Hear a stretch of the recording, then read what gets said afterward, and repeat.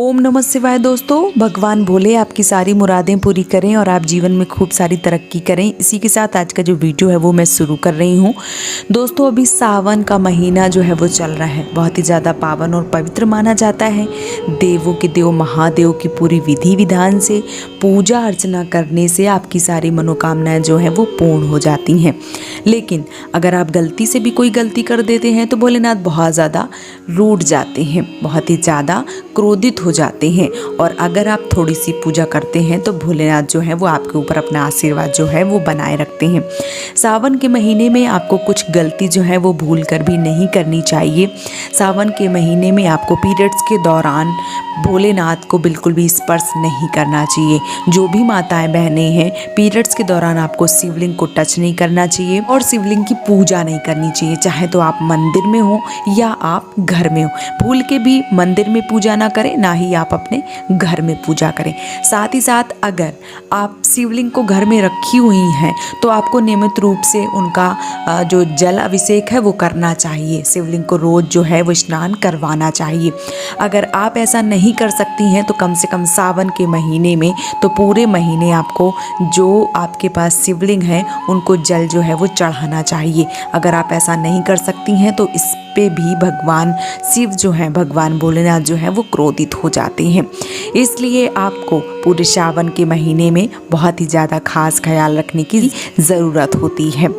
साथ ही साथ बहुत सारी माताएं बहनें जो हैं वो 3 दिन में 5 दिन में पूजा जो है वो कर लेती हैं, लेकिन सावन के महीने में पीरियड्स के दौरान आपको कम से कम 7 दिन बाद ही पूजा अर्चना जो है वो करनी चाहिए। भोलेनाथ को स्पर्श जो है वो 7 दिन के बाद ही करना चाहिए, उससे पहले आपको भोलेनाथ को स्पर्श जो है वो नहीं करना चाहिए। अगर आप सावन में इस दौरान भोलेनाथ को स्पर्श करती हैं तो भोलेनाथ बहुत ज़्यादा क्रोधित हो जाते हैं और अपना अभिश्राप जो है वो आपके ऊपर छोड़ देते हैं। इसलिए आपको ये जो गलती है वो बिल्कुल भी नहीं करनी चाहिए। साथ ही साथ आपको कभी भी भूल कर भी शिव भगवान के ऊपर, शिवलिंग के ऊपर आपको तुलसी दल, हल्दी, कुमकुम जो है वो कभी भी नहीं चढ़ाना चाहिए। और ना ही भगवान गणेश के ऊपर आपको तुलसी जो है वो चढ़ानी चाहिए। साथ ही साथ सावन के पूरे महीने में आपको मांसाहार का सेवन नहीं करना चाहिए।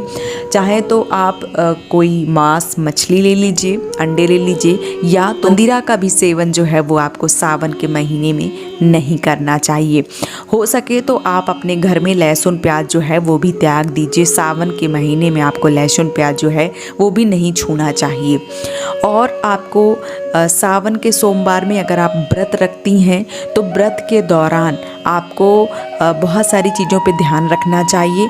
अशुद्धि की अवस्था में आपको व्रत जो है वो नहीं करना चाहिए, ना ही आपको पूजा करना चाहिए, ना ही व्रत करना चाहिए, और ना ही आपको दान जो है वो करना चाहिए। मतलब मेरे कहने का मतलब ये है कि दान उन लोगों को, जो लोग व्रत हैं, उनको आपको कोई भी चीज़ें जो है वो खाने पीने की सामग्री जो है, प्रसाद जो है वो बना के नहीं देना चाहिए। अगर आप बनाती हैं तो पाप की भागीदार जो है वो आप हो जाती हैं। इसलिए आपको ये चीज़ें जो हैं वो ध्यान में रखनी चाहिए। कुछ लोग ऐसा भी मानते हैं कि जो सावन का सोमवार है, बहुत सारी माताएं व्रत रखती हैं तो उनको नाशपाती का सेवन जो है वो नहीं करना चाहिए। और बहुत सारे लोग ऐसा भी बोलते हैं कि सावन के महीने में हो सके तो दूध जो है वो नहीं पीना चाहिए, लेकिन शिवलिंग के ऊपर दूध चढ़ाना बहुत ही ज़्यादा शुभ माना जाता है। इसलिए आपको सावन के महीने में स्वयं दूध ना पीकर भगवान भोलेनाथ को दूध अभिषेक जो है वो ज़रूर करना चाहिए। साथ ही साथ सावन के महीने में बैगन जो है उसकी सब्जी आपको नहीं बनानी चाहिए। बैगन भी निषेध माना गया है। तो सावन के महीने में आपको बहुत ही सोच समझ के चीज़ें जो है वो करनी चाहिए। सावन के महीने में पीरियड्स जो है वो अगर आपको आ गया है तो आपको मानस पूजा जो है वो करनी चाहिए। मतलब मन में ही आपको भोलेनाथ का ध्यान जो है वो करना चाहिए और मन में ही पूजा जो है वो सोच लेनी चाहिए, लेकिन आपको शिव भगवान को स्पर्श जो है वो नहीं करना चाहिए।